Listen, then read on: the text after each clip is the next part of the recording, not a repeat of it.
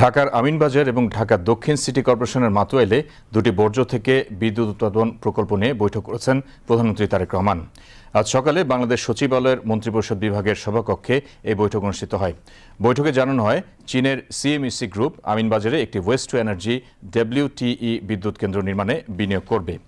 প্রকল্পটি প্রতিদিন ঢাকা শহরের প্রায় ৩,০০০ টন বর্জ্য ব্যবহার করে ৪২.৫ মেগাওয়াট বিদ্যুৎ উৎপাদন করবে। ২০২৮ সালের আগস্টের মধ্যে প্রকল্পটি জাতীয় গ্রিডে বিদ্যুৎ সরবরাহ শুরু করবে বলে আশা করা হচ্ছে। এই প্রকল্পের মাধ্যমে আগামী ২৫ বছর বিদ্যুৎ উৎপাদন করা সম্ভব হবে। অন্যদিকে দক্ষিণ কোরিয়ার BNF কোম্পানি ঢাকা দক্ষিণ সিটি কর্পোরেশনের মাতুয়াইলে একটি বর্জ্য ব্যবস্থাপনা ও বিদ্যুৎ উৎপাদন প্রকল্প বাস্তবায়ন করবে। এই প্রকল্পের মাধ্যমে বছরে বর্জ্য থেকে প্রায় ১৫,০০০ টন মিথেন গ্যাস উৎপাদিত হবে, যা থেকে বছরে মোট প্রায় ৮১,০০০ মেগাওয়াট ঘণ্টা বিদ্যুৎ উৎপাদন করা হবে। এটি দৈনিক প্রায় ২২১ মেগাওয়াট ঘণ্টা বিদ্যুৎ উৎপাদনের সমতুল্য।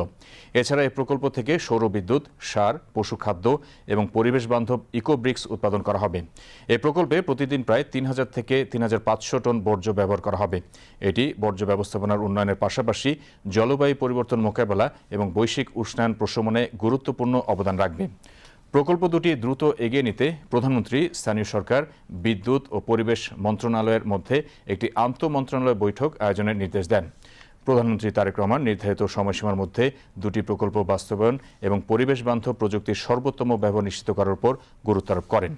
বৈঠকে স্থানীয় সরকার, পল্লী উন্নয়ন ও সমবায় মন্ত্রী মির্জা ফখরুল ইসলাম আলমগীর, স্থানীয় সরকার, পল্লী উন্নয়ন ও সমবায় প্রতিমন্ত্রী মীর শাহে আলম, ঢাকা উত্তর সিটি কর্পোরেশনের প্রশাসক মোহাম্মদ শফিকুল ইসলাম খান, ঢাকা দক্ষিণ সিটি কর্পোরেশনের প্রশাসক মোহাম্মদ আব্দুস সালাম, প্রধানমন্ত্রীর মুখ্য সচিব ABM আব্দুস সাত্তার, প্রধানমন্ত্রীর অতিরিক্ত প্রেস সচিব আতিকুর রহমান রুমন এবং সংশ্লিষ্ট ঊর্ধ্বতন কর্মকর্তারা উপস্থিত ছিলেন।